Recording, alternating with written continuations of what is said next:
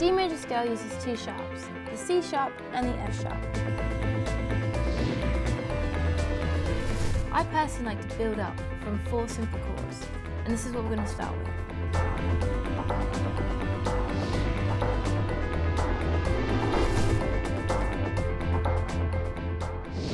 Hi, I'm Laura Saggers and I'm the piano professor for professorate.com.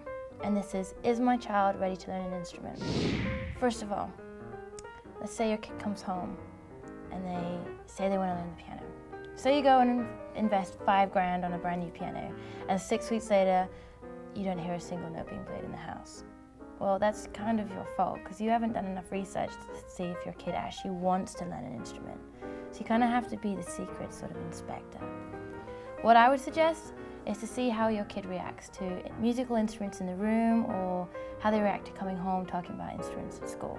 For example, if you have a piano in the room, or any instrument for that matter, and you put your kid in that room and they run up to it and start playing it. Well, let's say they start messing around on it, because let's be honest, they're not going to play something incredible unless they're just born weird. So here we go. That's fine. That's almost perfect. If you have your kid doing this, that's not bad either. At least they're encouraged to play, at least they're actually wanting to do it. Let's say they come home from school and there's a choir or an orchestra and they start going, oh, I really want to be in the orchestra, I want to play. That's also really encouraging.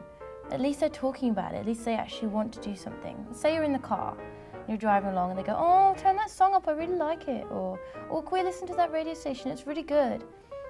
These are all really good signs for you to be encouraged by the fact that your kid actually wants to learn music. Best thing that you can do is encourage it.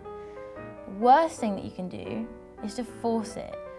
If I'm ever forced to do something, I'll automatically, just out of spite, say no.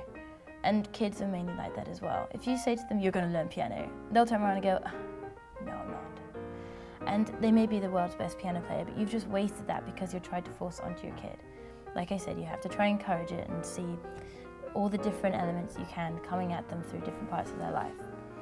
Worst thing is, if I get a student who comes to me and I can tell instantly whether they want to play it or not. You can also tell instantly if the parent is the one forcing the student. There's many parents out there who live through their kids. It's heartbreaking, but it happens all the time. And as a teacher, I can tell it instantly. If the kid does not show interest and doesn't want to play, doesn't feel like they want to practice, and all I hear is from the parent, oh, my kid's amazing, blah, blah, blah. It's not, it's just the parent living through their kid. And you've got to work out whether that's the case or your kid actually wants to do something.